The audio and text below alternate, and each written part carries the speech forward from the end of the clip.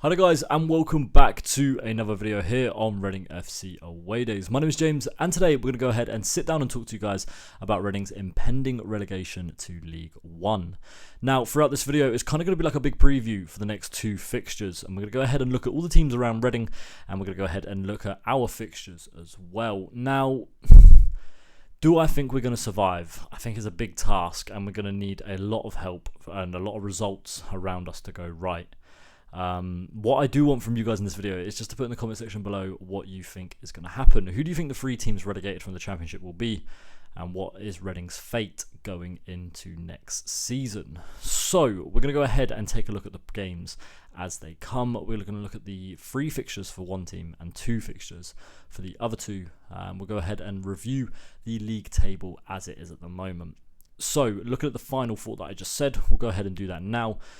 We'll go ahead and look at the league table as it stands. So at the moment in 19th position, you've got QPR, who are sat on 44 games played with 47 points. You've then got Rotherham in 20th place.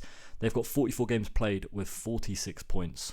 Huddersfield then sit 21st. They've played 43 games with 44 points. Reading are then in 22nd with 44 games played and 43 points.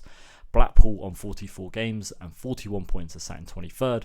And then bottom of the league currently on 44 games played and 40 points are Wigan. Now, looking at that, it doesn't sound too great for Reading. And in my opinion, I just don't think it is going to be very great. Obviously, Huddersfield have got this game in hand over us. And 2-0 Warnock former teams potentially may do him a favour there. Now, I'm not saying foul play is going to be involved. Definitely not at all. But I don't know. They might do a job for him. But looking at the other games as well, QPR got that win away at Burnley, which in my opinion has just kind of saved them from being relegated.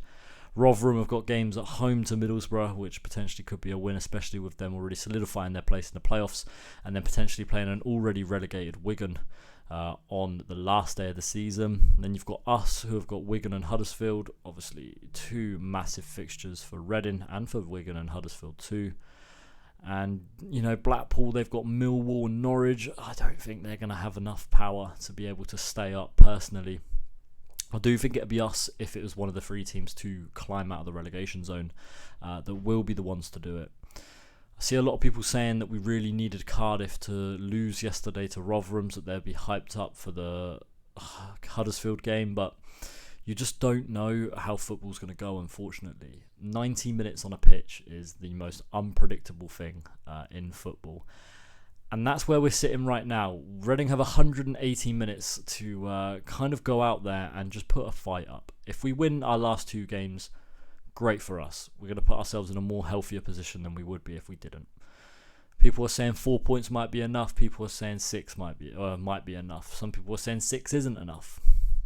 All we know is that Reading need a win, and it's something that we have not done in 12 games, and that is actually the record in England right now for the longest team without a win in the league. Currently sitting winless, since mid-February? What was it, the Blackpool, the Rotherham game when we actually won a game last? And it's just real struggle. Mark Bowen had his interview. He had like a fans forum hosted by Star down at Blue Collar Food, and he was talking about how he wanted to sack him in mid-February, and it wasn't his choice to keep him, and that Dai Young's a loyal man. And you kind of sit here and just think, if that sacking had come a lot earlier, would we be in a much healthier position than we are now? In my opinion, I think we would be. I would have thought it would have been harsh to sack him in February personally, but the run of results that we've gone on post-World Cup is just diabolical. You look at the last 20 games, only QPR have picked up less points than us. And, I hate to say it, but realistically, this is the year we kind of deserve to be relegated. I don't want us to be relegated, but judging from the way things have gone in this second half of the season, you would kind of say we deserve it. The first half of the season was outstanding, but the second half just been absolutely shambolic and diabolical, in my opinion. Not one away from home in the new year. We've really been poor. Now, let's have a look at these fixtures around Reading going into this. So you can see that QPR, they're probably the team that's most out of danger right now. So they've got Stoke away in their next game. I'm kind of hoping Josh Laurent can do Reading a favour and help us there. And then they've got Bristol City at home. Now look, QPR have won 1 game out of their last like 5. Obviously they beat Watford as well, but they've been on a massive slope. Like I said, they've picked up less points than Reading since the World Cup break. How do we know QPR aren't going to lose their last 2 and we win our last 2, hey? No, I don't think that's going to happen, but it's football. Anything really can happen. QPR are a poor football team, and Gareth Ainsworth maybe just isn't the man. It reminds me a lot of Alan Shearer when he went to Newcastle to kind of save them from the pending relegation. Obviously, the man's got the win away at Burnley, so he's probably ended up saving them, but kind of similar to that situation in my opinion. You've then got Rotherham, who are sat in 20th, and they're going to be playing Middlesbrough at home and Wigan away.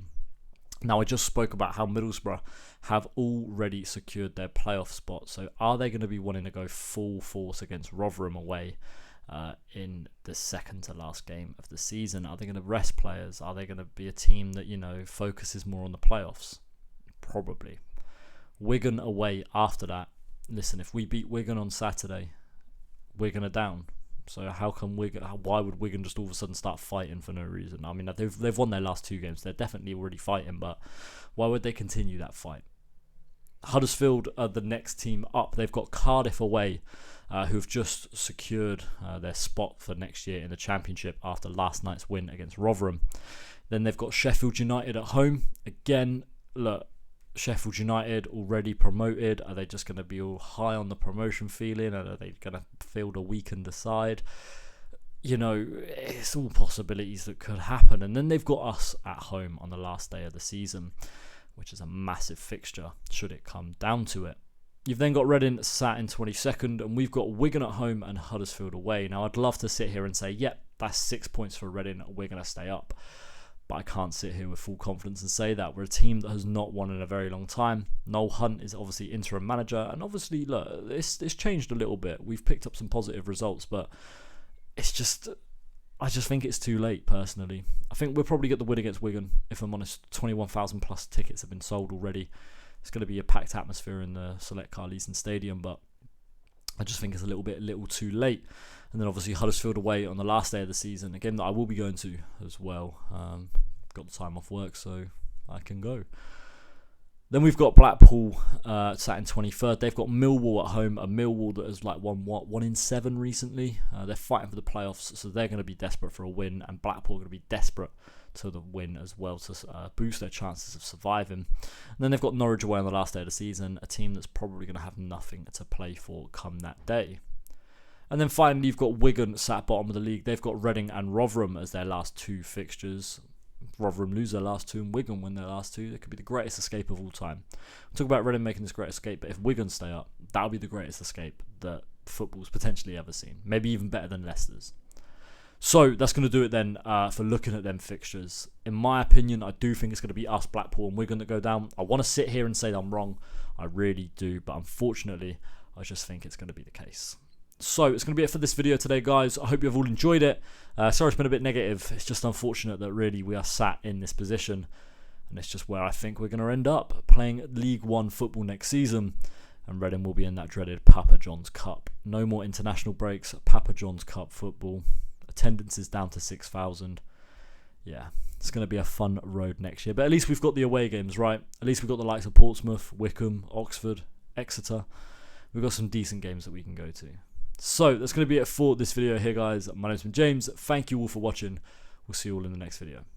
Hopefully we'll be talking about a Reading win. We'll see you then. Bye bye.